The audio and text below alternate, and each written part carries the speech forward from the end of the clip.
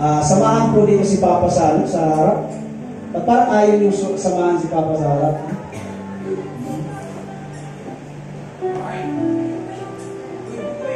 Praise the Lord. Sino po dito ang handa na makinig ng salita ng Panginoon? Palapakan natin ang Diyos. Let me acknowledge first, no? Ito po ay panandalian lang daw, bumisita lang. Dahil na-miss niya po ang gawain. So, sa mga hindi ko nakakilala, yung artista po na nasa likod po ninyo, yan po yung asawa po ni Ate Marlene, si Brother John Adana. Kuya John, tayo ka, Kuya John! Hindi po yan bisita, no? Baka sabihin niyo po, bisita po yan, hindi po, no? Kasi habang nagkakamayan kanina, ay tinitingnan ni Brother John kung sino ba yung mga bagong mukha dito, no? Kuya John, pati ikaw, bagong mukha na rin, no? Hallelujah.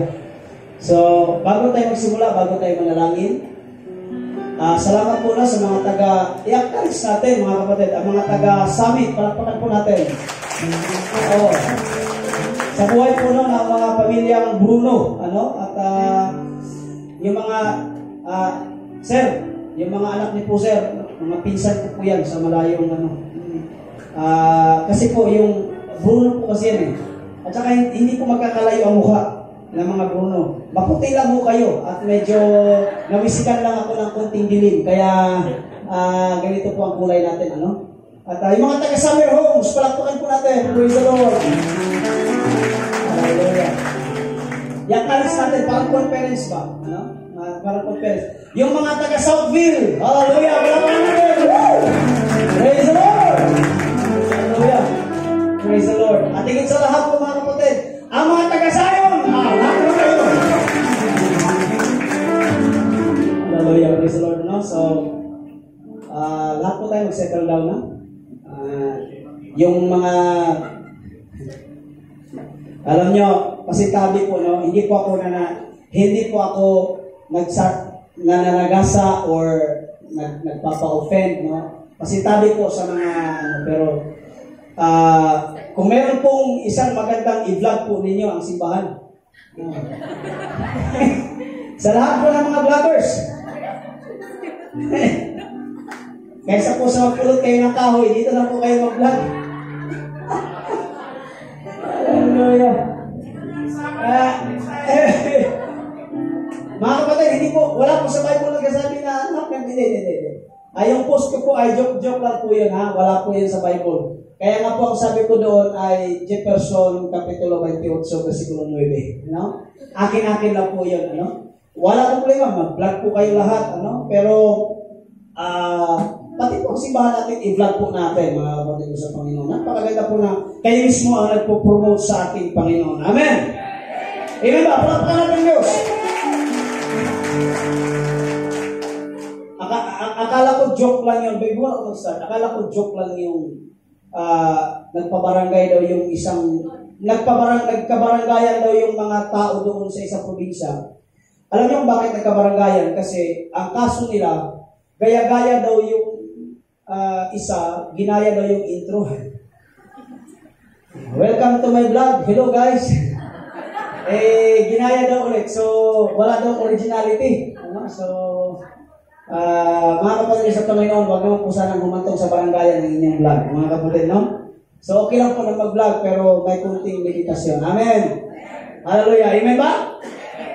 At higit sa lahat, ang number one po, kung number one sa mga Bible studies natin, okay yan, i-vlog po ninyo. I-vlog po ninyo.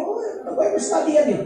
I-vlog po ninyo. Kasi naman sa puro pagkain na sa nakikita ko, paano nagluto, paano maggayak ng ganito ganyan. Kung paano, alam nyo, magsisend ako ng stars. Magsisend ako ng stars sa mga tao na magpe-prepare. Sabi, welcome to my daily vlog. Today is Sunday and I am so blessed na it's Sunday again. Magpupuri sa Panginoon. Pag nakita ko agad sa Facebook yan, send ako ng stars agad. Ibig sabihin, proud kayo na magsasamba ulit. Amen? Punta ka natin ng Panginoon.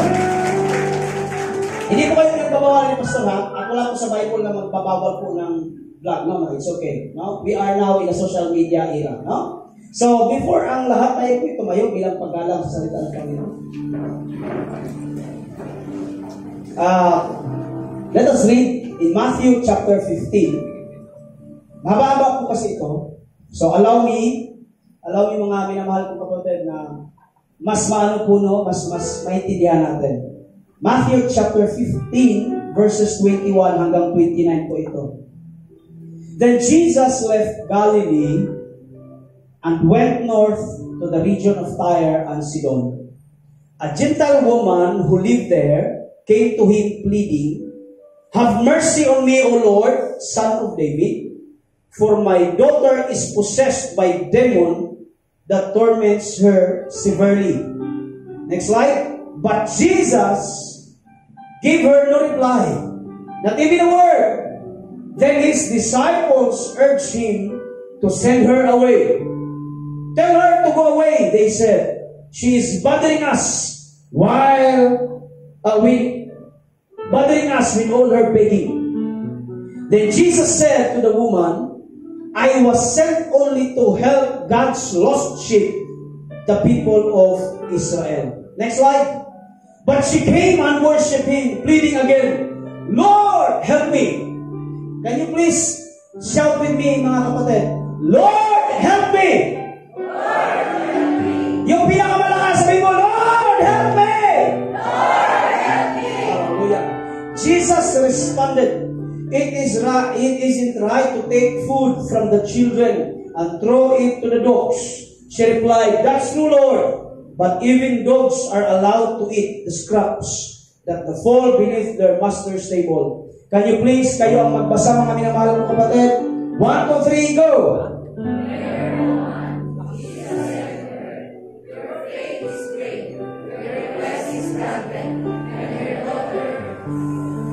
Was instantly healed. Yumuko tayo at manalangin. Father, salamat po. Sa panahon na ito, Diyos, katulad po ng boses at katulad po, Diyos, ng sigaw ng babae ito, Diyos. Lord, we need your help. Lord, in this time of depression, in the time of suffering and pain, Lord, we need you. Lord, salamat po, Diyos, sa oras na ito. Lord, salamat po sa pagpapala na nandito kami. Salamat po dahil kasama po namin ang aming pamilya. Salamat po sa opportunity na kami ay nakatayo. May lakas, may sigla. Lord, na kami, O Diyos, ay makasimba. Makapunta, O Diyos, sa iyong tahanan. Salamat po, Diyos, dahil makadaong palad po namin, Panginoon God, ang mga kasamahan po namin at kapamilya namin. Salamat po, Diyos. At Lord, salamat po, Diyos, dahil nakapakinig na naman kami ng iyong mga salita, Panginoon. We love you, Jesus. We glorify your name.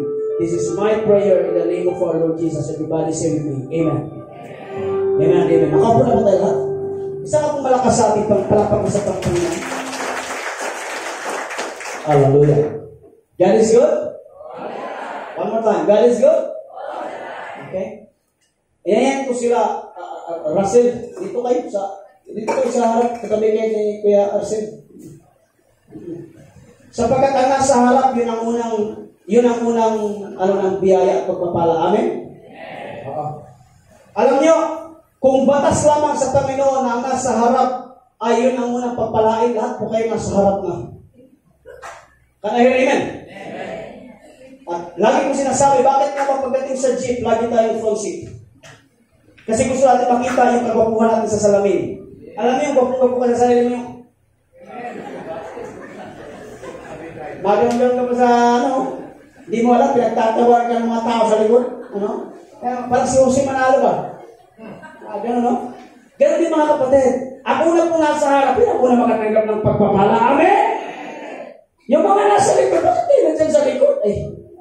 Sige lang, sa sunod. Wala na kasing upuan, pastor. Sige, okay yan. Ang ating title for this morning is pinamagatang A Great Faith. Great faith. I don't know sa Tagalog ang great, pero alam ko ang Tagalog ng faith. Pananampalataya. Great faith. Napakaganda na pananampalataya. Now, a story in Matthew, sa mga hindi po medyo medyo nag-alangan doon po sa binasa natin, ganito po nangyari mga kapatid sa Panginoon. There's a Gentile woman. Ang Gentile po, ang mga hintil, okay, actually, ang sa ibang version is Canaanites. Ang mga Gentiles ay hindi po pwedeng makipag-usap sa mga Israelites. Kasi nga po, ang mga Gentiles, para sa mga Israelites, sila ay mga madudumi. Hello, buhay pa lahat? Buhay pa? So in short, example, ako Gentiles, si Papa po ay Israelites, hindi ako pwedeng makipag-usap kay Papa. Kasi, alam niyo bakit? Tatawanan ng madlang people si Papa. At sasabihan ng kanyang mga kaibigan, ng mga Marites, bakit mo kinakausap ang aso na yan? Kasi ang tingin ng mga Israelites sa mga Gentiles ay aso o kaya baboy. Ibig sabihin, madumi. Sabihin mo sa iyong katabi ngayon, madumi ka. Come on. Ha? Oh. Kasi Gentiles tayo eh. We are not Israelites. We are Gentiles. Amen? So in short, itong babae, pumunta kay Jesus, sabi niya, Lord, nagmamakaawa ko, Lord, pagalingin mo ang aking anak. Kasi ang aking anak ay pinoses ng demonyo. Sinabihan ng demonyo. So to make the long story short, ang sabi ni Jesus Christ, mga minamahal kong kapatid, Jesus Christ is silent. Jesus Christ ay walang sinabi. Ang sabi ni Jesus Christ, okay lang ba na ikaw ay tatanggap ng tira-tira? Tingnan mo katabi mo kung tatanggap ba ng tira-tira yan. Ha? Of course, hindi. Bahaw nga, hindi kumakain yan eh. Ha? Bahaw nga, hindi kumakain. So, hindi natin sure. Wala natin sure. So, in short, sabi ni Jesus Christ, so ikaw, papayag ka na nakukuha ng pagpapala ng tira-tira? Anong sabi ng Canaanite woman? Lord, kahit tira-tira yan, tatanggapin ko. Sinamakays ko lang. At alam mo, ang sabi ni Jesus Christ, because of your great faith, ang anak mo ngayon ay pinagaling na. Now, kausapin ko kayo heart to heart. Dito kayo tingin sa akin. Dito kayo tingin sa akin, mga minamahal ko kapatid. Nakita ng Diyos ang great faith hindi sa kanyang mga disipulo. In fact, kung dumating ang bagyo, anong sabi ni Jesus sa mga disipulo? Bakit ang liit ng pananampalataya ninyo? Yan na yun, amen? Hello? Buhay ka ba lahat? Pero bakit dito sa isang hintil? Bakit dito sa isang babae na walang kinikilalang Diyos? Bakit dito niya nakita ang tinatawag na great faith? At alam niyo ba, sa Biblia, dalawa lamang ang sinabihan niya na you have a great faith. Alam niyo kung sino yun? Number one is the Canaanite woman. At ang pangalawa, isa rin pong Gentiles. Grabe no? Grabe no? Eh tayo mga mananampalataya. Kaya nga tawag sa atin is mananampalataya. Ang liit ng ating pananampalataya.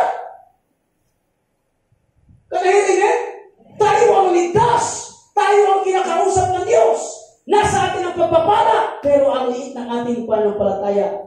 Ang goal ng Panginoon sa umagang ito, aalis kayo dyan na punong-puno ng pananampalataya. Palakpakan natin ng Diyos. That is the goal. Ang goal natin sa oras na ito, simple lang. Na aalis kayo sa simbahan ito na punong-puno ng pananampalataya. Bakit kamo? Anong sabi ng Diyos? Kung ang inyong pananampalataya ay singliit lamang ng buto ng mustasa, kaya niyong pagalawin ang bundok. That is not literal, ha? Baka sabihin niyo, yung bundok doon sa likod po ninyo, kaya yung bahay ng kapitbahay ninyo, sabihin, lumayas ka Satanas! Sinasabi ni Pastor Jeff. Hindi po mangyayari yun. Kasi pag-isip niyo po sa umaga, nandun pa rin yung bahay niya. Hallelujah! Amen ba mga kapatid? So, the question here is, ganito mga kapatid. Ano ang characteristics ng isa kapatiran para tawagin tayong great faith? Sino po nito ang gustong tawagin na meron siyang great faith? Itaas ang kamay. Itaas ang kamay. Ngayong umaga, paglabas natin, malalaman ninyo sa pamamagitan ng istorya ng babae nito. Number one, sige ate, God first. Everybody read with me, God first. Para mahina, one more time, God first. God first. Okay, Slide please. A Gentile woman who lived there came to him, pleading, "Have mercy on me, O Lord, Son of David, for my daughter is possessed by a demon that torments her severely." Unang ginawa ng babae, nung nalaman niya na naposes ang kanyang anak, ang kanyang ginawa, hindi siya nagmarites sa kapitbahay. Oh my goodness! Hindi siya nag-open ng Facebook at nag-vlog at sabihin, "Alam niyo, salamat sa Panginoon at wala pa pong vlogger sa panahon ni Jesus." Kasi kung may panahon na sa vlogger ni Jesus, kung ikaw nanay at pinuposes ang iyong anak, mag-open ka ng camera at mag-live ka, sabihin mo, "Hi guys, tingnan niyo ang aking anak na poses, bumubula na ang bibig." At alam niyo anong sasabihin ng comment? Bato-bato sa langit ang tamaan, hampasin kayo ng katotohanan. Alam niyo may mag-comment doon, "Ipatawas mo!" Gusto mo yun, Ate Jo? Yung anak ko pag nagposes, si Jesus ay mahal, hindi na mo poses. Lalaway-lawayan ang magtatawas. Gano'n? Pinalaki mo yan na ang gaganda at gwapo. Gwapo yung anak ni Tito na ako kasi Bruno eh. Tito ko na yan eh. Kamukha ka po ng kapatid ni Mama. Alam niyo nung pinicture niya dalawa ni Mama, sinend doon sa Mindanao. Alam mo ang sabi ng mga kapatid ni Mama, "Bakit nandyan yung iba kong kapatid?" Hindi ko po alam. Tapos sinabihan, "Pa, nagloko ka ba ng kabataan ka?" Hindi po, Bruno lang po talaga.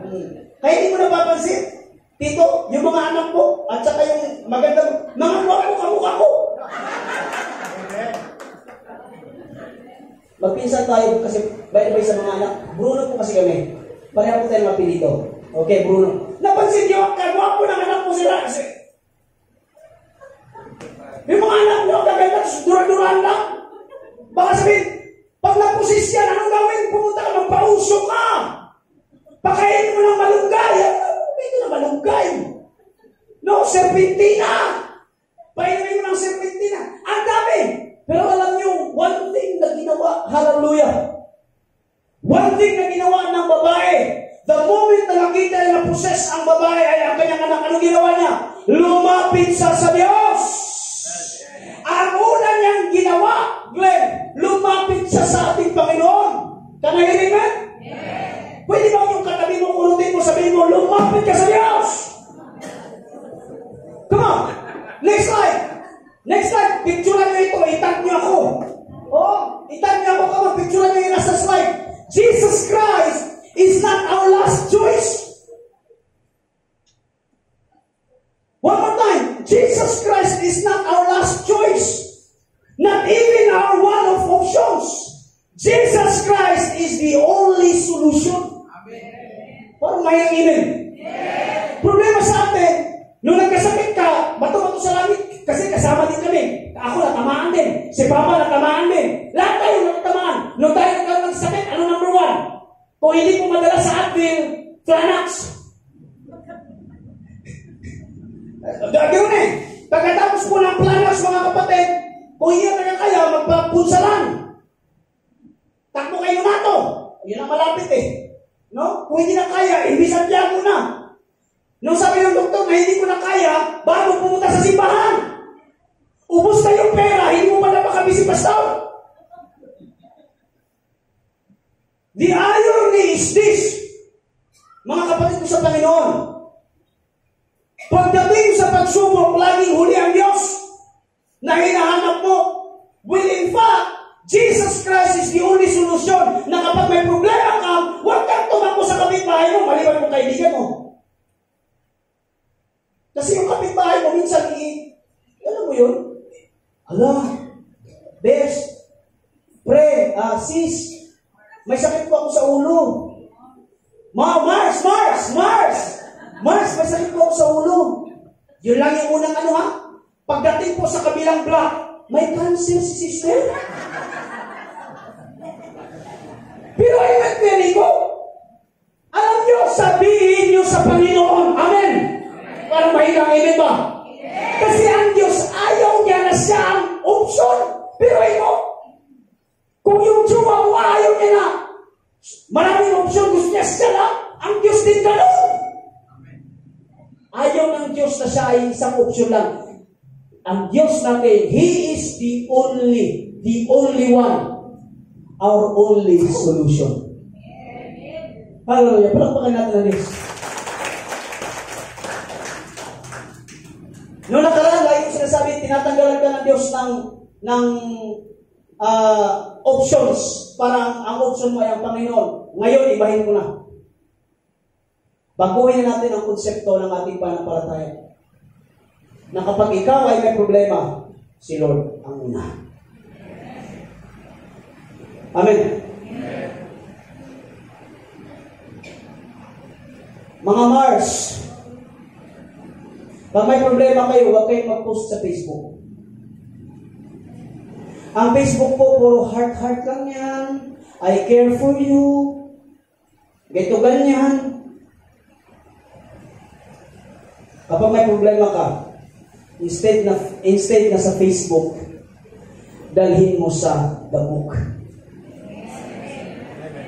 Pakpak mo nagsoon. Gawa-gawa ko lang yun. Instead na sa Facebook, dito ka dumulog sa the book, the Bible. Amen? Pwede bang sabihin mo sa iyong katabi na sa kalan mo, si Lord hindi option. Come on. Sa likod, sabihin mo, si Lord, hindi option. Come on.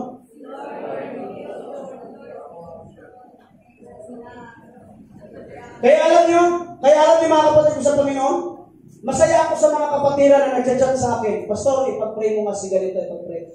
Huwag mo sabihin na, nahiya na po kasi kami kay Pastor. Trabaho namin yun eh. Masaya kami pag nagsasabi, Pastor, ipag-pray mo si ganito, ipag-pray. Because, ito ang trabaho namin.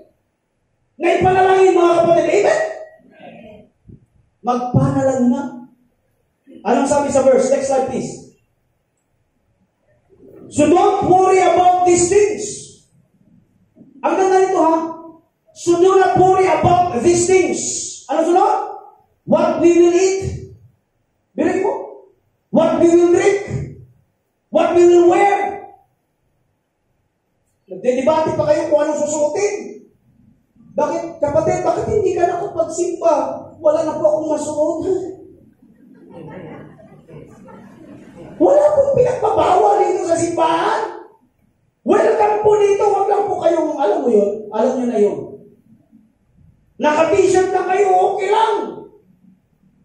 Because, ang puso naman ang nagmamatter. Pero tingnan ito. So do not worry about these things. Kung ano ang kinakain ninyo. Tanungin ko kayo, problema ba kayo sa pagkain? Sino po yung tanong problema ng pagkain? Marami po kami pagkain sa bahay.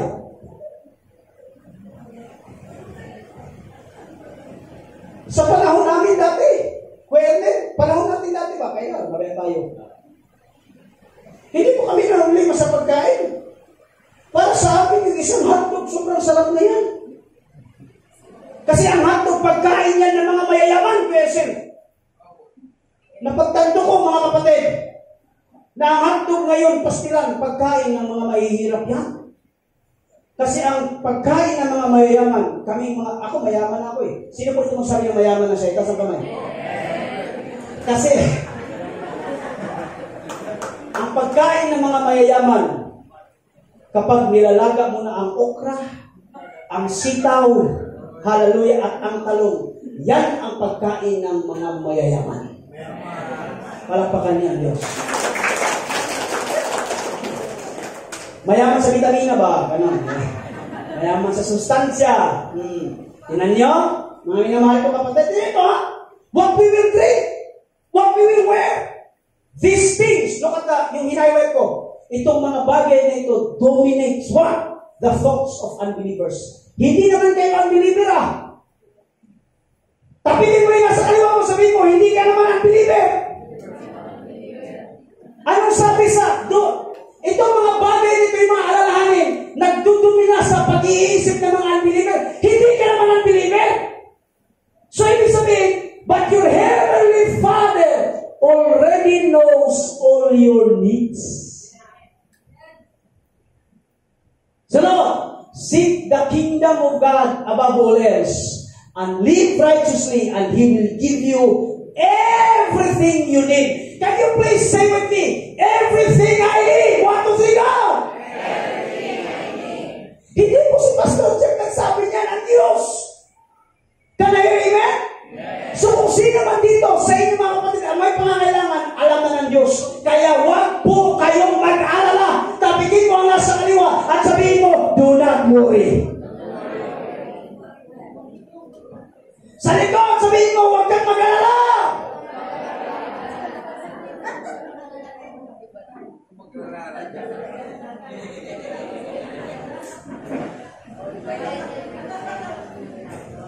Huwag kayo mag-alala. Why? Anong unang gagawin? Seek God first. Seek thy kingdom of God first. Unahin ang Diyos. Kaso, ang iba dito, bato-bato sa langit, ang tamaan ng bago. Ulitin ko ha. Seek God first in everything. Pasabing in everything sa lahat ng bagay. Kapag may problema, praise the Lord, inuuna ang Diyos. Pero pagdating sa pagpapala, tira-tira ang para sa Diyos.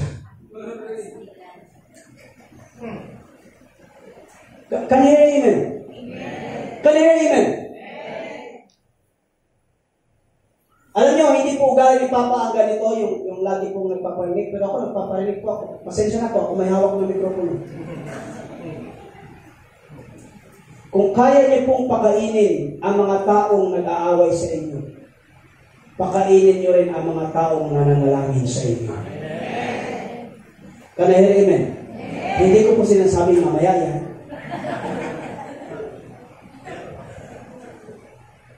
Totoo. Totoo mga minamahal ko kapatid. Napakasarap sa aming mga pastor. Alam niyo, don't get me wrong. Don't get me wrong. Kaya po namin pakainin ang aming sarili sa Starbucks. Kahit saan. Mamahamit. Mayaman kami. Ano tingin niyo sa akin? Mahirap? Andyan ang misis ko. Mayaman din yan. Sa pagmamahal. Mayaman kami mga pastor. Bilyon-bilyon ang pera namin at tidyo. Hindi lang namin hawak ngayon. Utay-utay ba galing kay Lord? Ano? Kasi kapag ibinagsak sa iyo ng Panginoon lahat yan, mawawala ka sa Kanya. Oy, sabihin mo sa iyong sarili, tama. Oh, yung kilig mo, sabihin mo, tama. Minsan nga, nagsasamba ka lang kasi wala ka ng pera. Pero pag sobra-sobra, wala ka naman dito. Nandun ka sa SM eh. So, sino ang pinagpala? Yung SM. Hindi ikaw. Can I hear amen? Seek God first. Unahin ang Diyos. Next slide, please. Anong ginawa ng babae nito? She came to Christ in humility. Magpakulo. Basahin natin. Next slide, please. A gentle woman who lived there came to him. Yung blue na ano, na naka-highlight, pleading, have mercy on me, O Lord, Son of David. Mga kapatid ko sa Panginoon, listen to this very carefully. One thing na gustong-gusto ng Diyos sa babae ito, nagpakumbaba siya sa harapan ng Diyos. Sa atin dito, maraming mga mayayabang. Praise the Lord, in Jesus' name, paglabas natin, wala na. Alam niyo, minsan, para sa atin, parang it's a natural thing na lang. Na parang okay na pag pumunta sa church, okay na lang lahat. Para bang it's a normal thing. Bato-bato sa langit, at tamangan na, magbago. Amen ba mga kapatid? Sometimes, pumunta ito, parang baliwala lang. But you know, every time na papasok kayo sa trono ng Panginoon, papasok kayo sa simbahan, make your heart, yung stand ng inyong puso dapat maging humble. Kasi ang kaharap ninyo hindi tao, ang kaharap ninyo ay Diyos. Hindi pa ako yun ha? Ang kasama natin dito ay Diyos. Pwede ba yung nasa harap kapag yung sabihin mo magpakumbaba ka? Come on, church. Amen? Next slide please. Ano sabi sa 1 Peter? God opposes the proud, but shows favor to the humble. Gusto niyo ba ng pabor? Magpakababa kayo. Okay, mayroon. 6. Humble yourselves therefore under God's mighty hand, that He may lift you up in due time. Magpakumbaba ka lang sa Panginoon. Lahat na nag-aaway sa inyo, ipakumbaba nyo ang inyong mga sarili. Sapagkat, anong sabi? Iaangat kayo ng Panginoon. Palakpakan nyo nga Diyos. Pwede ba mga kapatid, yung mga may nag-aaway? Pwede bang isa simple tapik sa kanyang balikat, sabihin mo, iaangat ka ng Diyos. So, ano mo?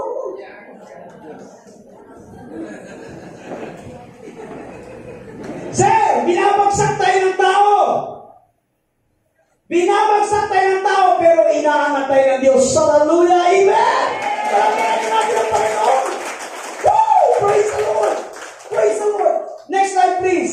James chapter 4, verse 9 sa Proverbs. Humble yourselves before the Lord, and He will lift you up. Tingnan nyo? Tingnan nyo ito? Ang Diyos ang mag-aangat sa atin. Proverbs 3 verse 4. Humility is the fear of the Lord. Amen. Can I hear you? Amen.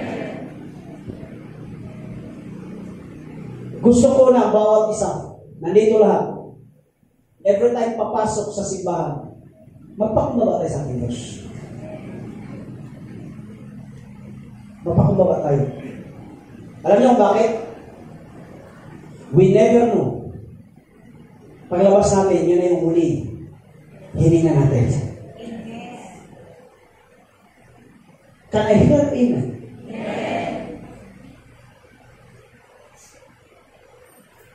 Pakumbaba tayo sa ating Panginoon. Magpasalamat sa Diyos. Magpakumbaba. I'm not saying yung pakumbaba yung mukha. Yung pagpasok mo dyan sa simbahan, pagpasok mo dyan, pagbago sa gara, hindi mo yan. Ibig sabihin, it's all your heart. Na Lord, ikaw, oras mo ito ngayon, pinupurihan ka namin ngayon, hindi ito para sa akin, kundi para po ito sa iyo. Hindi ito para sa boyfriend mo, hindi ito para sa utang mo, hindi ito para sa kahit ano. Ito ay para sa Panginoon. Before ako mag-proceed sa pangatlo, sino po dito ngayon ang magtataas ng kamay? Wait lang. Nandito siya para sa ating Panginoon. Itaas ang kamay. Salamat sa Diyos. See? Magpakumbaba. Magpakumbaba, mga minamahal ko kapatid. Next slide, please. Kayo ang magbasa. 1, 2, 3, go. Bakit gustong-gusto ng Diyos ang babae ito? Because ang kanyang pananampalataya ay buhay kahit tahimik ang Diyos. Verse 8. But Jesus gave her no reply. Not even a word. Diyan muna tayo. Sino po dito makapagsabi na minsan parang feeling niya? Huwag kayo magala, kasama ko.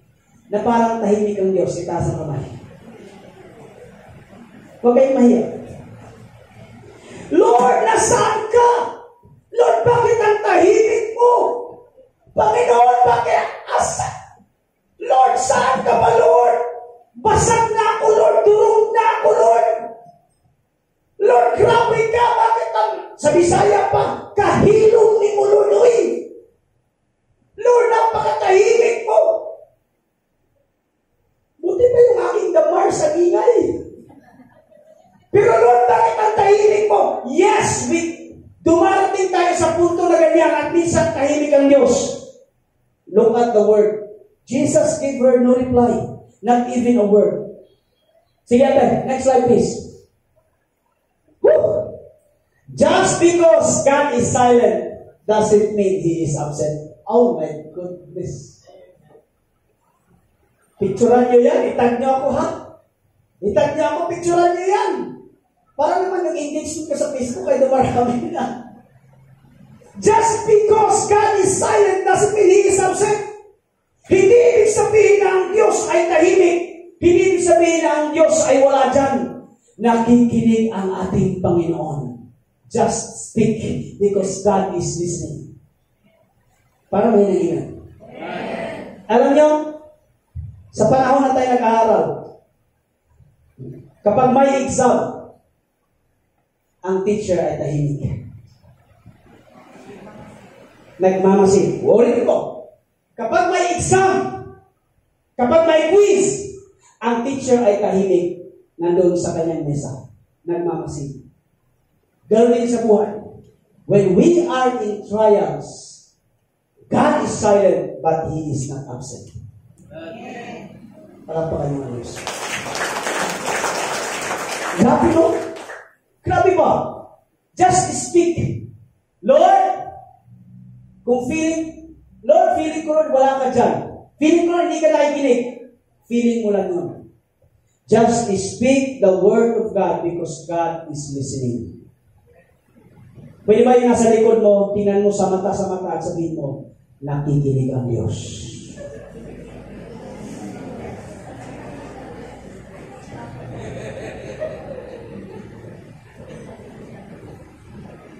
Lord, malapit na ang aking kasal, Lord. Di ko pa para bakit ganito, Lord? Silent lang ang Diyos, pero hindi siya absent. Lord, malapit na po ang kaso namin, Lord. Pero ba't parang walang galaw ang baso, Lord? Tahimik lang ang Diyos, pero hindi siya absent. Lord, may sakit ang aking asawa, Lord. Bakit parang hindi ka nakikinig, Lord? God is silent, but He is not absent. Lord, mag-i-exam na ang aking anak, Lord. Ano ba, Lord? Pagalawin mo ang baso, Lord. Let me tell you, God is silent, but He is not absent. Can I hear amen? Lord, marami akong bayarin. Let me tell you, God is silent, but He is not absent. Palakpakan niyo ba? Kung sa lahat mo na nakalagay, pumalakpak na malakas! Ang Diyos minsan tahimik lang, pero nandyan lang yan. Nakikinig lang yan. Amen? Nakikinig lang yan. Nakikinig ang Diyos. Tahimik lang siya. Kasi minsan ang reply sa ating panalangin ay hindi palaging boses. Minsan katahimikan.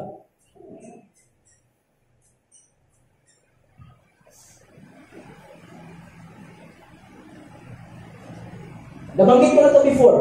Wala ito sa script.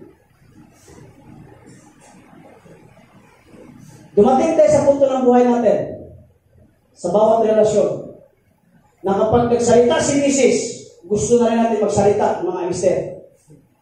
May come to a point na gano'n. Kaya nag-aaway. But alam niya ang kagandahan ganito. We listen not to respond. We listen to understand. Can I hear amen? Bars yun, bars. Si Pastor Jet Biden Tappers, hindi po.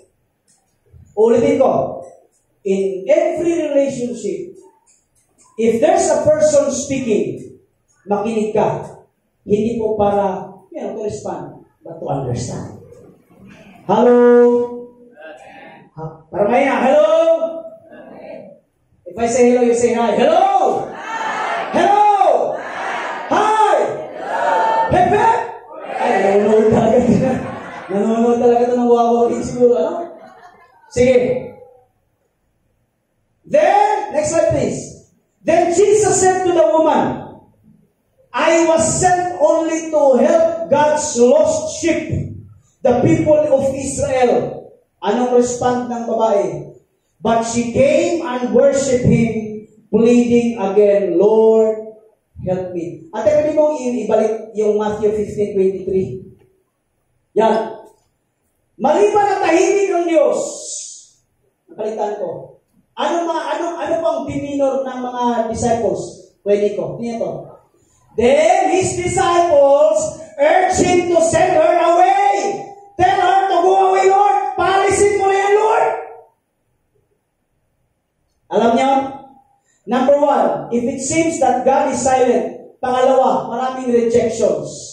Ano ang ating gagawin? Mga kapatid, the moment na tayo ay lalapit sa Diyos, maraming rejections. Amen? Uulitin ko ha. Bakit kung kailan ka lalapit sa Diyos, maraming rejections? Uulitin ko. Bakit kung kailan lalapit, Lord, bakit kung kailan Sunday, bakit maraming mga sakit-sakit ang ating mga anak? Bakit maraming problema doon? Bakit kung kailan pa Sunday, maraming mga butoy-butoy dito sa kahit saan. Lord, bakit gano'n? Nakapiksa na dito lahat. Lord, una naman Lord, dito yung piksa. Sa sunod na Sunday, dito naman yung piksa. Grabe naman yan, Lord. Bakit every Sunday na lang? You know why? Dalawang paraan. Number 1, gawa ng kaaway. Bakit kung kailan pa Sunday doon ka naglalaba? Tapikin mo ang katabi mo, sabihin mo, huwag ganun.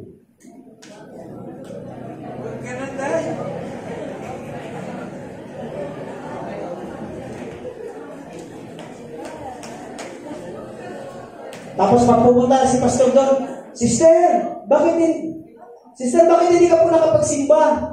Pastor, may sakit po ako, pero ang dahilan niya talaga, yung naglabasan ng Sunday. O tiyan, sinungaling ka na, nagsabi-sabi ka pa ng panibagong kwento, kaya kayo, pagdating ng Sunday, dahil sabi mo, nagkasakit kasi ako, pastor, nagkasakit ka talaga. Maraming mga rejections. Despite tahimik ang Diyos, despite na maraming rejections, ano ang gagawin mo? Next slide please, ate. Sige pa. Yan. Despite na may rejections, despite na tahimik ang Diyos, anong ginawa? Di po nataba. Anong ginawa ng babae? But she came and worshiped the Lord, pleading again, Lord, help me. Next slide please. Look at that. Picture niyo ulit. Worship God even if you don't feel it. Worship God if there's trials. Worship God if there's rejection. Worship God if there's sorrow and pain. Worship God if there are instructions. Worship God even if there's negative people surrounds. Even if, what happened? Worship His holy name. Palakpakan niyo nga.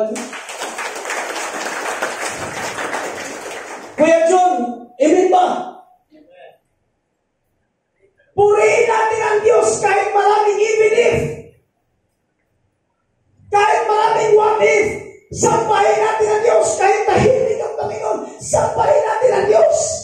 Kahit parang hindi niya tinutupad ang ating panalangin, sampahin natin ang Diyos.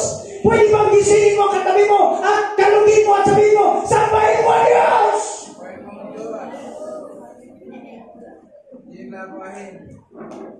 Lord, sorry for my word, nagkalinsi-linsi na aking buhay, Lord. Nagkapiste-piste na aking buhay, Lord.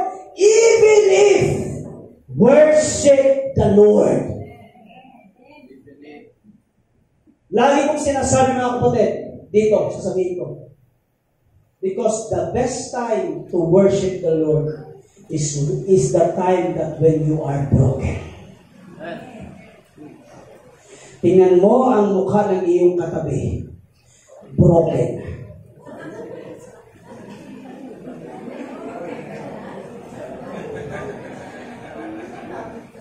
Magsasabi ako ng totoo sa inyo. Many people, maraming kapatiran, they are whole outside but broken inside.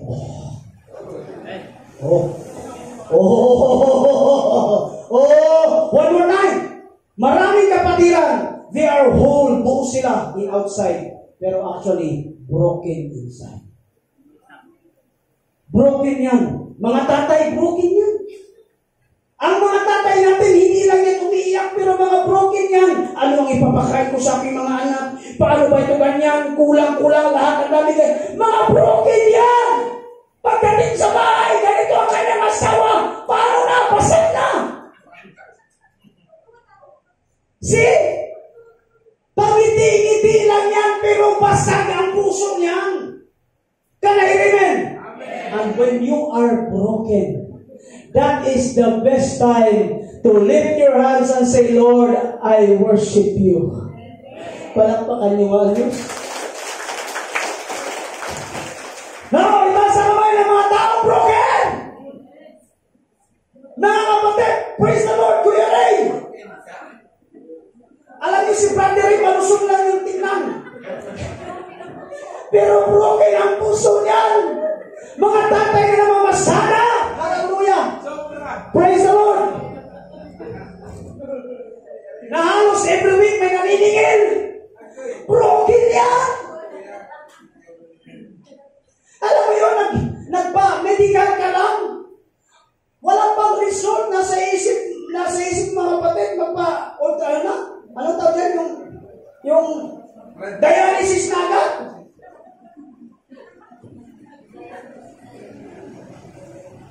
Hindi mo pa dinudulog sa Panginoon, magpapadialysis ka na? Kanahirin eh. Kanahirin. Alam mo, Ate Joy,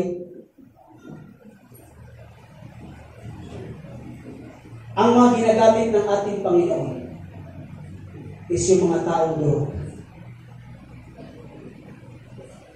Nagtaas kayo ng kamay kanina. Sino ang durog dito?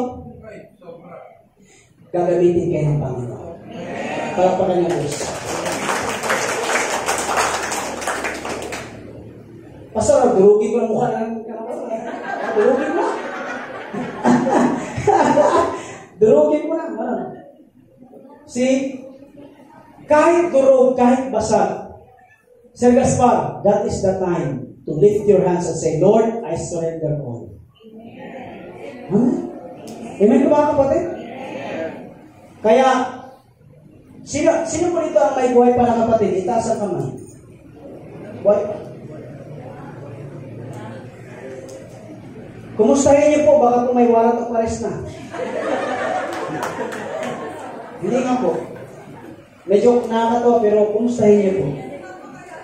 Kasi alam niyo, baka yung mga kapatid niyo durog na. Sa lahat po ng mga asawang babae, taas po ang kamay. Asawang babae. Okay ba yun? Minsan, kumustahin niyo rin yung asawa kasi yung asawa niyo, durog na rin yan.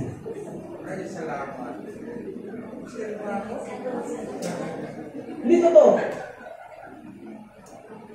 Kasi minsan nagchat lang tayo, kaya pamili.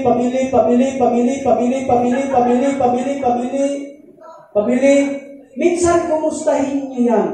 At sabihin, mahal, o anumang klase pangga, o anumang klase daddy, mommy, o daddy ang tawag. Minsan i-chat mo yan. Biruin mo, galing sa Maynila, nagmumotor, pagod na pagod, pasmado ang, alam mo, pasmado ang kamay sa baha, ganito ganyan, pag-uwi mo, pasmado din yung bibig ng asawa mo. See, kumustahin nyo yan kasi durog yan. Amen. O ngayon, tapiin mo, kung katabi mo asawa mo at sabihin mo, kumusta ka naman? Minsan koordino, pero totoo yan. Totoo yan. Why? Kasi ang mga lalaki, kami ang nasa kanta na warriors is a child. Alam niyo yung sabihin nun? They don't know that I keep running home when I fall down. They don't, alam niyo yung kanta ng warriors is a child? Hindi niyo alam? Ang warriors is a child, ang mensahe nun, yung tao na nasa loob, kinukubli niya na lang, hallelujah, ang kanyang lungkot sa baluti o sa armor. Kasi ayaw niyang makita na kahit din ang mga tao at mga lalaking mga barako, umiiyak din. Kaya lahat ng mga tatay, mabuhay po kayo. Palakpakan natin ito. Mga nanay, next time. Kayo naman, next time. Okay? Next slide. Dear woman, Jesus said to her, your faith is great. Your request is granted. And her daughter was instantly healed. Dito ang magtatapos. Next slide. Great faith comes not to those who are near to God. Sometimes, great faith comes to the thirsty ones, to the hunger ones, and to the desperate ones.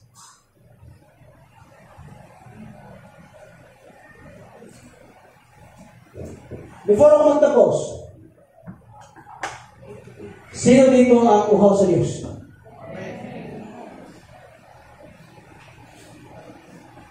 Sino ang gutom sa Diyos? Parang mahilang-hilang. At sino ito ang desperado para sa Diyos? Those people na uhaw, those people na gutom sa Diyos, at yung mga tao na desperado, yun ang mga tao na may malaki ang pananampalataya.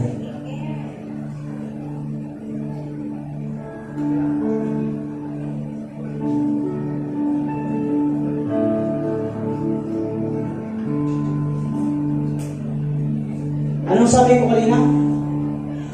The best time to worship the Lord is the time na ikaw ay nasasaktan. Kapag tahimik ang Diyos, worship the Lord. Amen? Pwede ba niyo kasamahan magpuri ngayon? Wala tayo lang.